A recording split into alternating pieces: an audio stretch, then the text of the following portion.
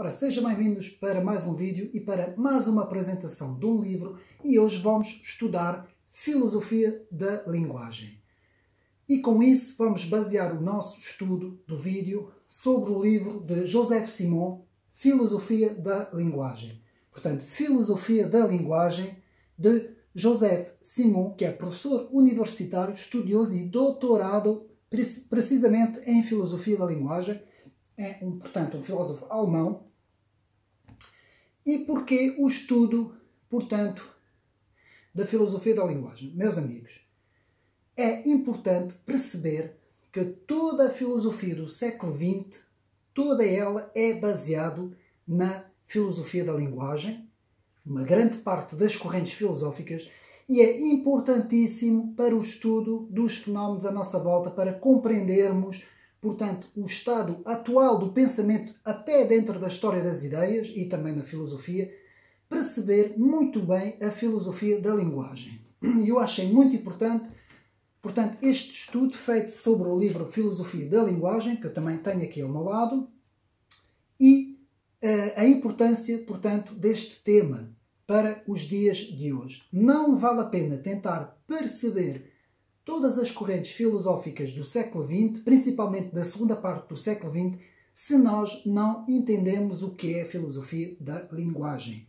E interessa aqui, antes de começarmos, interessa aqui fazer a distinção dos termos entre filosofia da linguagem e filosofia analítica. Porquê que eu digo isso? Porque eu vejo aqui também uma grande confusão, também no YouTube, não é? Muita gente faz, portanto, vídeos sobre filosofia, e quando se aborda a filosofia da linguagem e a filosofia analítica, há uma grande confusão, cruzamentos de temas, mistura de correntes, enfim, uma grande confusão. Importa saber que a filosofia da linguagem é uma das correntes, um dos ramos da filosofia analítica, e que a filosofia analítica é uma coisa, filosofia da linguagem é outra. E nós então vamos aqui ler rapidamente os termos de definição para melhor compreendermos do que é que estamos a falar.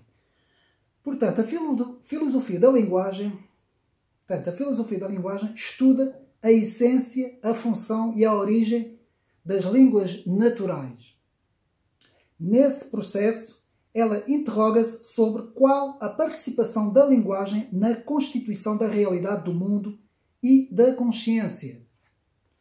Para a filosofia da linguagem, a fala não consiste apenas em expressar os conteúdos do pensamento e da percepção, que são independentes da linguagem. Os conteúdos já têm sempre uma configuração linguística. A parte as investigações fundamentais de Humboldt e Herder, a filosofia da linguagem é uma área da filosofia analítica. Portanto, Russell, Carnap, Wittgenstein e Kuhn são alguns dos autores dentro do estudo da filosofia da linguagem. Nós hoje vamos ver principalmente Ludwig Wittgenstein, é ele que nós vamos estudar hoje com mais pormenor, porque aqui no livro de Joseph Simon é praticamente o filósofo que mais aparece aqui no livro em termos de definições de conceitos. E agora vamos um pouco ver a filosofia analítica. Portanto, a filosofia analítica, conceito que designa correntes filosóficas caracterizadas pelo tratamento de questões filosóficas a partir de uma análise da linguagem e que se formaram no fim do século XIX. Sobretudo no espaço anglo-saxão. Portanto, no espaço anglo-saxónico, foi aí que se desenvolveram as várias correntes de pensamento que formam a chamada filosofia analítica. E dentro da filosofia analítica, então, temos, portanto, a filosofia da linguagem. Visto que já vimos isso, podemos então ver agora que dentro da linguagem, agora não é filosofia da linguagem, dentro do sistema filosófico que engloba a linguagem, temos pelo menos 4 grandes tradições, digamos assim. Temos a hermenêutica, temos o positivismo lógico, do Círculo de Viena, e temos a filosofia analítica. Portanto, são 3 grandes correntes, e depois a filosofia da linguagem, que pertence à filosofia analítica. São as 3 grandes correntes, digamos assim, que formam dentro do chamado da linguagem, quando se começou a haver uma preocupação dentro do estudo da filosofia na linguagem.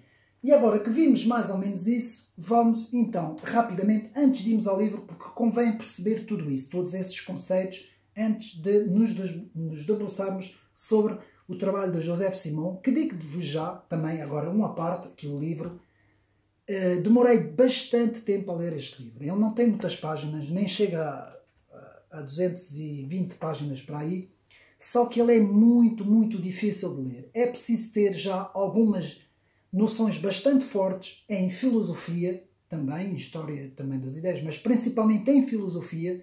E, meus amigos, este livro já é um livro bastante aprofundado no assunto e também que requer uns conhecimentos muito profundos daquilo que nós estamos a falar quando nós falamos em filosofia da linguagem. Daí que este vídeo vai ser um bocadinho difícil de entender para muita gente. Meus amigos, eu peço desculpa, mas o meu canal é precisamente isso. Nós aqui tratamos mesmo de questões culturais, filosóficas, da história das ideias e aprofundamos as coisas, e convém haver da parte de quem me está a ver, portanto, também um esforço para depois pesquisar, procurar entender, procurar saber a partir da base do meu vídeo. Portanto, meus amigos, isto é um trabalho que tem que ser feito e nada se consegue sem trabalho. Ao contrário daquilo que hoje é ensinado no mundo universitário, sem o trabalho, sem a pesquisa, não se consegue fazer absolutamente nada. Meus amigos, vamos então, sem mais demoras, nos debruçarmos sobre o assunto. Bom, a linguagem como jogo. Quem determinou isso, essa expressão, foi o filósofo, que já vamos ver quem é, Ludwig Wittgenstein, que, portanto, foi um dos principais autores na chamada virada linguística no final do século XIX e princípio do século XX. Foi ele que virou, digamos assim, ele começou de um ponto zero, como eu tinha dito, a busca da filosofia, que é, portanto, tentar esclarecer os fenómenos à nossa volta. Ele tentou mudar as coisas a partir do ponto da linguagem. Até aí, como eu disse, portanto, a preocupação estava focada no estudo do objeto, o sujeito e o objeto. Então podemos dizer o seguinte: na Antiguidade e na Idade Média, toda a filosofia se preocupava com o estudo do objeto. A partir aí do século XVII, com René Descartes, passa-se a preocupar o sujeito. Portanto, é o sujeito que é o objeto da filosofia. Já não é o objeto de estudo, é o sujeito. E depois, no final do século XIX, princípio do século XX, que vai dar a portanto, o século XX e depois XXI, não é? Que vai ser a viragem, já não mais no objeto do estudo, não mais no sujeito que estuda o objeto, mas sim na própria mensagem. A análise da mensagem que é feita segundo Wittgenstein, segundo a linguagem. Portanto, a partir daí a filosofia cai no estudo da linguagem e já não se vai preocupar nem com o objeto, portanto, nem com o sujeito. A partir daí temos uma viragem do ponto zero. Portanto, Wittgenstein vai começar do ponto zero. Ele vai criar uma escada, digamos assim, ele vai subir essa escada e depois, quando vamos ver mais para a frente, quando chegar ao fim da escada, ele vai dizer que a escada não existe. E vai haver uma série de contradições em dois trabalhos profundos de Wittgenstein, não é? O Tractatus Philosophicus e também depois as investigações filosóficas, que é o seu segundo trabalho, que depois vai, portanto, pôr em causa praticamente tudo o que fez no primeiro trabalho. Isto agora vamos ver então, rapidamente, sem perder demoras. Portanto, a linguagem como jogo, Ludwig Wittgenstein. A reconstrução da natureza da linguagem, ocorrida durante a primeira metade do século XX, foi uma consequência dos esforços de diversos pensadores, cujas obras foram produzidas quase que simultaneamente. Um dos principais personagens deste empreendimento foi o filósofo austríaco, portanto, Ludwig Wittgenstein, que nasceu em 1889 e morreu em 1951, um bocadinho depois da Segunda Guerra Mundial. O primeiro grande tratado de Wittgenstein foi o Tractatus Logico-Philosophicus. Atenção, porque este trabalho remete para a lógica, as tautologias e os jogos de linguagem, como vamos ver portanto, no seu trabalho. O enfoque do livro nos factos elementares e sua afirmação de que o objetivo da linguagem consiste em afirmar factos. É isso que é muito importante no estudo de Wittgenstein. Consiste em afirmar factos, fez com que essa obra tivesse grande influência no surgimento do que tem sido chamado dentro do positivismo lógico. Atenção, porque Ludwig Wittgenstein, rapidamente explicando, dizia que para conhecer o mundo apresenta-se não em forma de coisas, de objetos, de fenómenos, mas sim sobre factos. O mundo é um conjunto de factos. É assim que Wittgenstein via as coisas. Portanto, a partir daí é um ponto, na minha análise agora pessoal, é um ponto errado de começar uma análise, porque o mundo não é composto de factos. O mundo é uma percepção, portanto, unitária da nossa realidade, portanto, que nós vivenciamos, não é? E o mundo é composto de coisas e não é um conjunto aglomerado de factos, porque muitas vezes, se nós estivermos parados num sítio onde não houver praticamente movimento de nada, nós não estamos a ter ali factos nenhuns, não é? Então, continuando. Contudo, sua importância para o pensamento pós-moderno acha-se em outro lugar. Wittgenstein declara que a linguagem retrata o mundo, como eu disse, em termos de factos. Ao sustentar tal ponto de vista, Wittgenstein fez uma associação entre o pensamento, a linguagem e o conhecimento. O Tractatus é, sobretudo, um modelo de lógica, como eu disse, e da ordem sistemática. Ainda assim, Wittgenstein conclui o seu livro com uma nota surpreendentemente mística. Ele que renegava completamente a mística. Existem alguns assuntos que desafiam as palavras, observa ele, e sobre aquilo que não podemos dizer coisa alguma, que é a frase principal de Wittgenstein, devemos guardar silêncio. Portanto, sobre aquilo que não podemos falar, não devemos falar. É mais ou menos isso que Wittgenstein disse. Alguns intérpretes veem nessa afirmação um propósito do livro como um todo. Segundo eles, Wittgenstein quer que o leitor se dê conta de que o pensamento racional deveria ser transcendido. Vou explicar isso mais para a frente. Podemos dizer que as ideias de Wittgenstein são um pouco muito à imagem das ideias de Immanuel Kant, de uma forma mais, digamos assim, mais requintada, mais sofisticada, não é?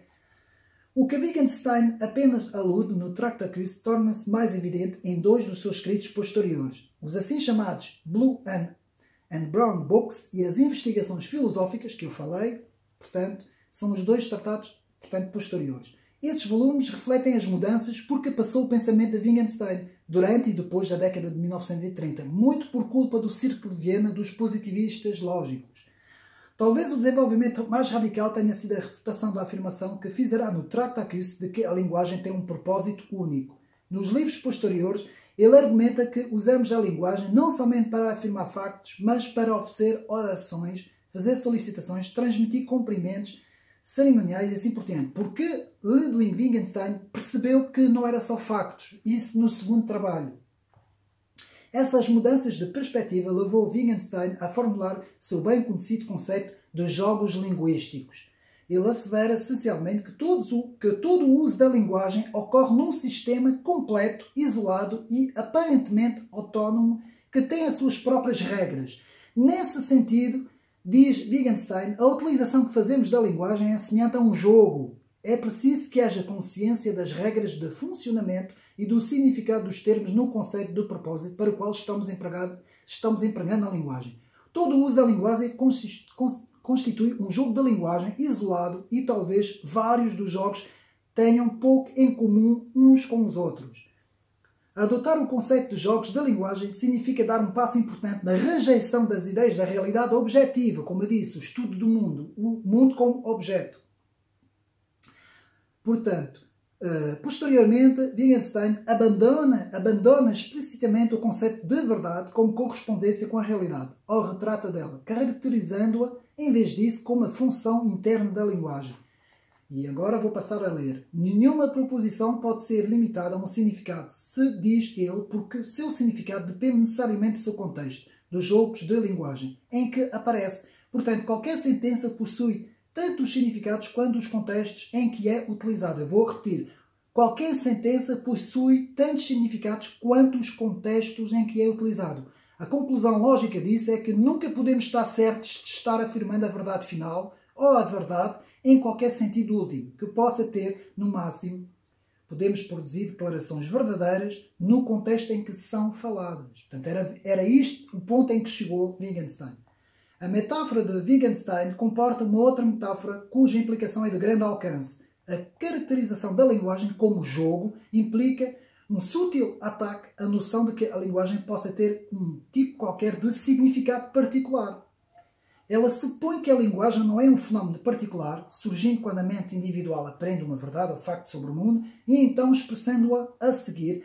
A linguagem, em vez disso, é um fenómeno que ganha significado na interação social. Reparem bem, a linguagem é um fenómeno que ganha significado na interação social. Esta observação acha-se no fundamento da compreensão pós-moderna da linguagem. Eu vou repetir, portanto, a linguagem é um fenómeno que ganha significado na interação social. E depois temos um senhor que se chama Fernand de Saussure, que vai exatamente esclarecer esse ponto. Ele é que vai enfatizar o que é que Ferdinand de Saussure nos diz. Portanto, Wittgenstein tornou corrente o uso da expressão jogo de linguagem no discurso cotidiano. Isto, porém, não foi o suficiente para consolidar o fundamento de uma compreensão totalmente nova da linguagem. Essa tarefa foi levada a cabo por um linguista suíço cuja obra foi produzida na geração anterior à de Wittgenstein, Ferdinand de Saussure, 1857-1913. Ele nunca registrou por escrito o seu ponto de vista. As anotações tomadas por seus alunos forneceram as linhas gerais para a recriação póstuma das suas aulas em Genebra. Essa recriação, publicada em 1916 sob o título de Curso de Linguística Geral, é a fonte de maior influência da teoria linguística conhecido como estruturalismo. Vai depois criar o estruturalismo. A importância do Saussure vem do seu ataque bem-sucedido à compreensão histórica da linguagem, ou da linguística, que predominava no século XIX. Esta antiga visão abordava o estudo da linguagem enfatizando o comportamento linguístico real do discurso humano a que o Saussure se referia como parole, palavra. Ele retratava o desenvolvimento das palavras e expressões ao longo do tempo, investigando as influências da geografia, da migração, do deslocamento das populações e outras características externas que afetam o comportamento linguístico. Estou a ler depressa porque temos pouco tempo. Portanto, em vez de se concentrar no desenvolvimento histórico das expressões linguísticas individuais, Saussure advoga uma abordagem não histórica que vê a linguagem como um sistema corrente interno, uma língua. Assim, ele propõe uma teoria estruturalista da linguagem em substituição ao tratamento histórico dos seus predecessores. E então Saussure vai falar na linguagem como um fenómeno social, que é isso que nós temos que reter. Saussure vai falar como a linguagem um fenómeno social. Saussure argumenta que a linguagem é essencialmente um sistema de relações e que as palavras vestem-se de significado somente no contexto dessas relações. No fundo, diz ele, um sistema linguístico é simplesmente uma série de diferenças sonoras combinando as umas com as outras, formando ideias. E nisso ele vai desenvolver o sistema de, portanto, como eu disse, linguagem social. É um fenómeno social. Portanto, a linguagem é um fenómeno social. Bom, dito isto, rapidamente, antes de irmos para o livro, podemos resumir que a filosofia da linguagem, para não ficar muito complicado, é o ramo da filosofia que estuda a essência, a natureza dos fenómenos linguísticos. Uma das principais características da filosofia da linguagem é a maior diferença entre o ser humano e os outros seres que existem no mundo. Ela trata de um ponto de vista filosófico da natureza do significado linguístico, da referência, do uso da linguagem, do aprendizado da linguagem, da criatividade dos falantes, da compreensão da linguagem, da interpretação, da tradução, dos aspectos linguísticos, do pensamento, da experiência. Trata também do estudo da sintaxe, da semântica, da pragmática e da referência. As principais questões investigadas pela disciplina são como as frases compõem um significado todo, o que é o significado das partes, palavras das frases, qual a natureza do significado, o que é o significado, o que fazemos com a linguagem quando a usamos socialmente, quais as suas finalidades, como a linguagem se relaciona com a mente do falante e do intérprete e, por fim, como a linguagem se relaciona com o mundo. Portanto, podemos ver algumas coisas importantes, porque as expressões têm significado que têm. Porquê, não é?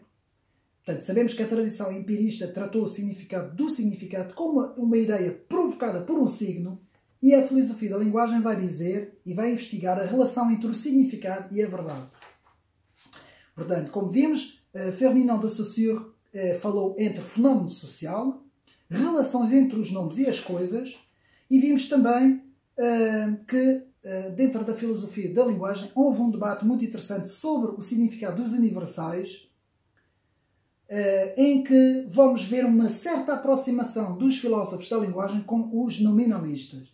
Portanto, a filosofia da linguagem foi considerada importante por vários filósofos modernos, John Austin, Ferdinand de Saussure, como vimos, Schopenhauer, Humberto Eco, Hegel, Herder, como dizemos bem, também dentro da sociologia, Bloch também, Kant, Immanuel Kant foi importante também, de certa forma Leibniz, Charles Sanders Peirce também, na filosofia pragmática, e também Foucault e Wittgenstein, principalmente a obra que nós estamos aqui a ver. Portanto, a teoria das referências investigam como a linguagem interage com o mundo, já vimos, e também Wittgenstein, que vai ser aluno de Bertrand Russell, que criou, portanto, a teoria das referências diretas. E, com isso, Wittgenstein vai desenvolver toda a sua filosofia. Bom, já vimos mais ou menos isso. Vamos agora rapidamente ver o livro. Bom, aqui o livro, não é, de Joseph Simon, que já vimos que é um filósofo doutorado em filosofia da linguagem, um filósofo alemão, que fez aqui esta obra nas edições 70. E digo-vos já, meus amigos, para quem quer perceber o que é filosofia da linguagem, tem que ler este livro, nem que demore o tempo que for preciso, voltando para trás, voltando para a frente, voltando para trás, como eu fiz, sublinhando, analisando. Eu apontei o livro todo, sublinhei as partes mais importantes. Houve muita coisa que eu não compreendi, tinha que andar para trás, mas as coisas são assim. Há muita coisa que é difícil de entender. É preciso ver que, às vezes, nem os próprios filósofos entendem muito bem o que dizem. Há muitas partes aqui que parece uma grande confusão de facto de conceitos, que é preciso mesmo mergulhar no pensamento do autor para tentar perceber o que é que ele quer dizer. Então, na página 13, vemos, portanto, aqui Joseph Simon nos diz que a filosofia é um modo linguístico, página 13. Na página 14, podemos ler rapidamente, eu não vou poder ler muita coisa, mas o principal. Portanto, na página 14, lemos linguagem construída vs linguagem cotidiana, página 14. Além disso, surge em seguida o problema da relação da linguagem construída ou artificial do pensar com a linguagem cotidiana. Portanto, uma das primeiras perguntas que Joseph Simon nos põe, não é? Depois, na página 17, a expressão da realidade pela linguagem, problema que levanta Joseph Simon. Depois, na página 18, a filosofia da linguagem é a filosofia primeira, ponto de interrogação, página 18. A realidade é pensada como modelo de estruturas lógicas, página 22, e podemos ler. Altera-se assim também um conceito filosófico do mundo. Portanto, o cosmos considera-se como aquele que se deixa compreender enquanto modelo de uma tal estrutura. Não temos nenhum conceito claro do que seja um modelo interno, justamente porque mundo é que, para nós, emerge como modelo das estruturas lógicas. Daí as tais estruturas lógicas de que falava também Wittgenstein. Portanto, sob este pressuposto é que podemos pensar o que pensamos. Portanto, Joseph Simon aqui na introdução ao seu trabalho. Depois, a realidade é pensada como modelos que já vimos. A conexão causa e efeito na interpretação da linguagem, página 24. A nossa realidade são pontos de vista das nossas necessidades, página 26. Podemos aqui, em resumo, dizer que o seguinte: as nossas articulações semânticas da realidade são divisões produtivamente projetadas a partir de um ponto de vista das nossas necessidades como seres finitos. Página, portanto, 26. Depois, página 27, o poder linguístico. Depois, página 30 e 31, os três géneros do ser na filosofia da linguagem. É muita coisa, não vou poder ler tudo, mas leio aqui uma das partes mais importantes, que é o objeto da filosofia da linguagem. A filosofia da linguagem pode compreender-se como disciplina sistematicamente pré-ordenada à ontologia ou como proto-ontologia. Ela dobra-se sobre a linguagem não para lidar com a linguagem como se fora um objeto especial, mas para, a partir da linguagem, obter informações sobre o nosso pensar na sua referência ao ser. Portanto, página 31. Muito interessante aqui esta passagem. Depois, muito interessante também na página 33, o nominalismo inclui os filósofos da linguagem, ponto de interrogação. Depois, as ligações do conceito da linguagem são somente Prescrições gramaticais, página 36, página 38, conceitos empíricos e conceitos de entendimento da linguagem, segundo Emmanuel Kant. Muito interessante também esta parte aqui que o autor José Simão nos fala. Depois, a forma fenomenológica de Edmund Husserl, página 43, também muito interessante. Depois, na página 44, a fundamentabilidade metafísica da forma como a regra principal da linguagem. Portanto, 44, que eu achei muito importante aqui, ler esta pequena passagem. Portanto, a fundamentalidade metafísica da forma de proposição permanece o ponto firme de toda a análise linguística moderna. Unicamente a partir do seu pressuposto, estamos em condições de distinguir estruturas de profundidade de estruturas gramaticais de superfície nas línguas individuais e de descrever frases como frases que, segundo regras, são compostas por frases simples. Meus amigos, parece um bocado complicado, mas não é, se nós estudarmos e virmos o que é que o autor quer dizer. Portanto, as palavras são seguras em vez de coisas, segundo Leibniz, página 46, a impossibilidade da percepção das relações objetivas, segundo Emmanuel Kant, página 50, estrutura da argumentação transcendental importante, página 55, as palavras e suas relações com as coisas na filosofia da linguagem, portanto, página 65, vou passar, não vou ter tempo de ler. Depois, o problema do primeiro Wittgenstein, não é? Comparado com as investigações filosóficas, que é o segundo trabalho de Wittgenstein. Depois, o mundo é constituído por factos, importantíssimo, página 74, exatamente, página 74. Depois, a expressão da realidade para Wittgenstein, página 88, também não vou ter tempo de ler. Depois, portanto, os jogos de linguagem, página 89, isso podemos ler rapidamente. Segundo Wittgenstein, as imagens não são cópias da realidade, mas projeções que para nós mesmos fizemos. Representam a realidade do modo como nós representamos a partir das nossas possibilidades, do nosso ponto de vista. A forma da figuração corresponde ao ponto de vista quer de si por si na imagem. Depois, rapidamente, falar sobre algo é falar também sobre falar, página 125. Transformações pragmáticas da filosofia transcendental, página 29. O estruturalismo na filosofia da linguagem, isso é um pouco o resumo do livro, página 133. Uma comunidade linguística, muito importante isto, no livro de José Simão, página 135. A filosofia da linguagem, de, portanto, Johann George Arman, também, página 145. Sentido e paixões da linguagem, página 146. Teoria existencial da linguagem, página 161. Portanto, o homem como autor consciente na razão e na linguagem, página 166. O ponto de partida entre linguagem e linguística, página 179. Teorias estruturalistas da linguagem, página 188. Método estrutural da linguagem, página 196. Teoria dos atos de fala, página 201. Filosofia pós-estruturalista e a linguagem, porque o livro vai refazendo um pouco as épocas todas em termos cronológicos, não é? Página 212.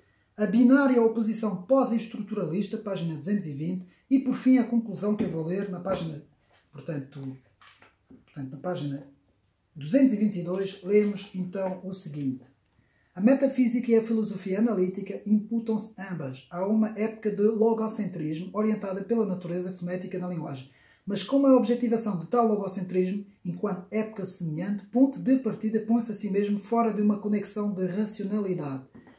Portanto, a importância também da filosofia da linguagem ser, digamos assim, segundo José Simão, acabar por ser uma metafísica da linguagem. Isso é um bocadinho complicado de compreender, é preciso ler um pouco o ponto de vista de José Simão, mas eu vou passar rapidamente, porque isto ficou um bocadinho complicado, rapidamente para resumir o que é que Wittgenstein quis fazer com todo este aparato, portanto, digamos assim, de explicitação da sua filosofia. Bom, primeiro, Wittgenstein cria algo em que nós, quando mergulhamos dentro, estamos ali e não saímos dali dentro, meus amigos. Eu vou-vos dizer uma coisa. Para perceber este livro, eu acho que nem 20 anos seria preciso para compreender o que está aqui dentro. Porque é muito, muito complexo. Parece um autêntico labirinto. E eu penso que é isso que Wittgenstein criou. Um labirinto com as suas próprias ideias, pegando no termo da linguagem e criando aqui um labirinto autêntico em que nós andamos ali e não conseguimos sair. Primeira coisa. Então, a primeira coisa a fazer é perceber de um ponto de vista fora do autor, entendendo rapidamente o que o autor disse e ficamos por aí, porque senão não saímos daqui. Segunda, perceber que o autor falou na percepção do mundo por meio da linguagem como sendo factos. Depois, perceber que é uma lógica. Portanto, são lógicas, e por isso é que se estuda também na lógica a filosofia da linguagem de Wittgenstein, que são as tais tautologias que nós temos que também entender e estudar.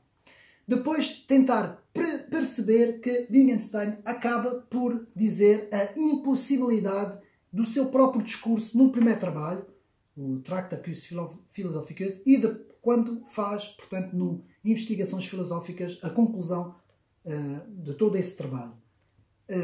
E, portanto, perceber que o próprio Wittgenstein acaba por dizer que há muita imagem de Kant, que há uma impossibilidade de haver um conhecimento, digamos assim, extra-físico, não é? Digamos assim, metafísico. Há uma impossibilidade e que só nos resta, então, olhar simplesmente para aquilo que não podemos alcançar, porque somos limitados a estruturas dentro da própria linguagem e que essa própria linguagem são jogos, segundo Wittgenstein. Também é uma grande confusão na cabeça deste autor e digo-vos já, a partir daqui, toda a filosofia do século XX e XXI vai cair completamente, depois com Ferdinand de Saussure, como eu disse, no contexto social, não é? Como ele diz, que toda a linguagem é um contexto social. A partir daí temos o estruturalismo, depois temos o pós-estruturalismo, que vai sair do estruturalismo de uma outra maneira, não é? Renegando o universalismo do estruturalismo, e depois eu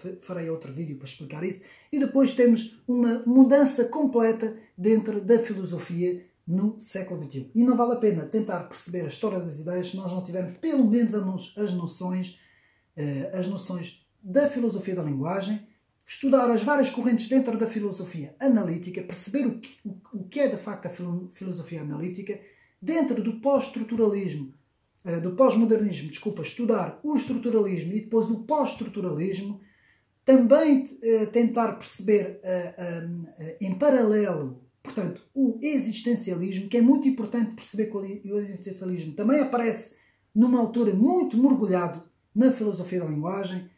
E penso que está tudo por hoje, porque o vídeo chegou ao fim. Espero que tenham gostado. Fica aqui, portanto, esta recomendação de leitura, Filosofia da Linguagem, do professor José Simon, que é um pouco complexo, mas que vale a pena nos atermos a este estudo para percebermos um pouco mais das várias evoluções da filosofia ao longo do século XX e inícios do século XXI. Um abraço e até uma próxima.